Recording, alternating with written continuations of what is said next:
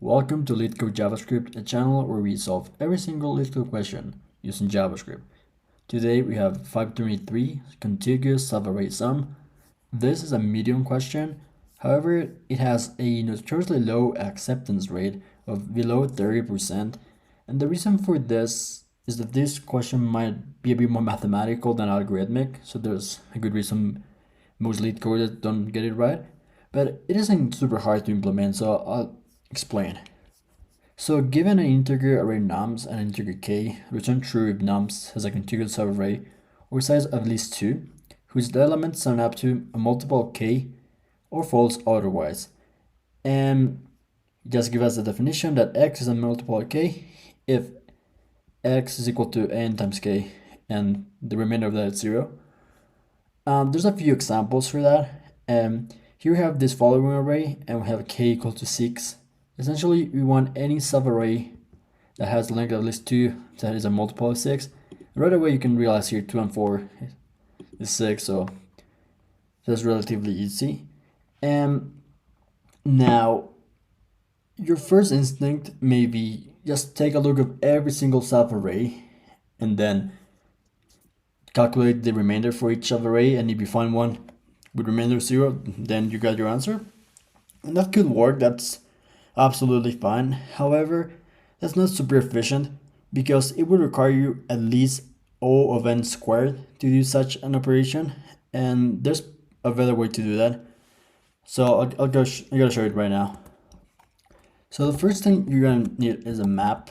You can use a object, or you can use the map object in JavaScript. I like to use the map object recently. And the first thing that we're gonna do, I'll explain this later, is we're gonna initialize, or rather set our map with the value to 0 to -1. So the key is gonna be the remainder and the value is gonna be the index.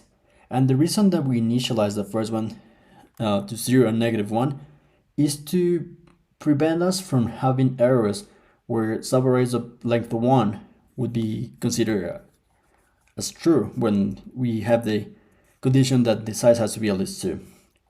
Okay, so we need to give a sum, or we need to keep track of the sum, so let's use the sum variable. And finally, we just need to look through the nums array.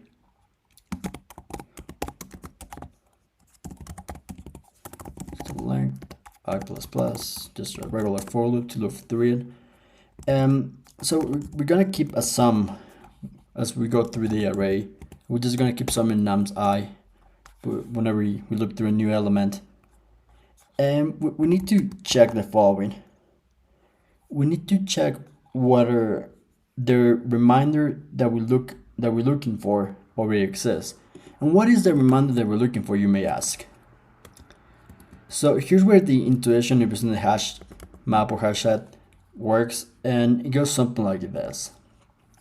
If you had an array and a k, you would like to know what's the remainder of the array. But we already discussed that taking a look at every single subarray would take probably way too long. But something that we can do is keep track of a sum. And let's keep track of the sum here. We start at 1, then we start at 3, then becomes 6, and finally becomes 10. And we can take the remainder in every single step, and it's gonna be something like this, and so it's gonna be something like this, and this. And here's what we're interested in. If the remainder repeats itself, that has to mean that we added a value, or we have a sum rather, that has a remainder of 0, because the remainder is the same. And it doesn't have to be contiguous. Let's just imagine an example where there's a remainder of 5 and remainder of 6 between those two ones. We still know that since this remainder has been repeated, we can know for sure that the sum as it is has a remainder of 0.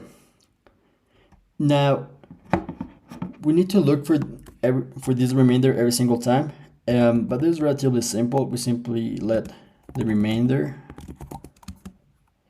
to be equal to sum modulo k, and then right about that. Then we check whether the map has a remainder.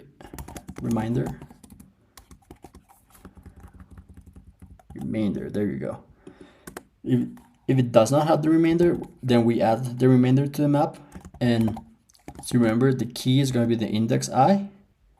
Sorry, the key is going to be the remainder itself, and the value is going to be the index I.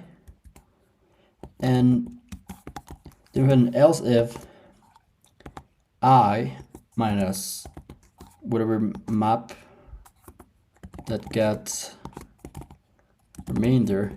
And in this case, we are guaranteed to have the remainder, because this part would only run if it doesn't have the remainder. So this one will run if it does have the remainder.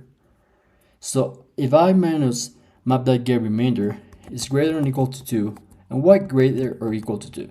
Because we need to make sure the length of the subarray is at least 2, so therefore greater or equal to 2. And we simply take the current index and the previous index, such that we know that whatever that length has to be at least 2. And if that's the case, we simply return true. And if we went through the whole array and we didn't find anything that satisfies this condition, we can return false. And the time and space complexity of this is quite good. The time complexity is actually O of n, when n is the length of numbers. And the space complexity is also going to be O of n, because in the worst case, we're going to loop through every single number in nums, and then we're going to return false. And also in the worst case, we're going to store every single index and remainder that's in nums, and we're going to return it. Finally, let's run this code, see if it works. And it works. Let's submit this. And there you go. It works really well. It's in the faster half of JavaScript online submissions. And thank you so much for watching. Don't forget to like and subscribe.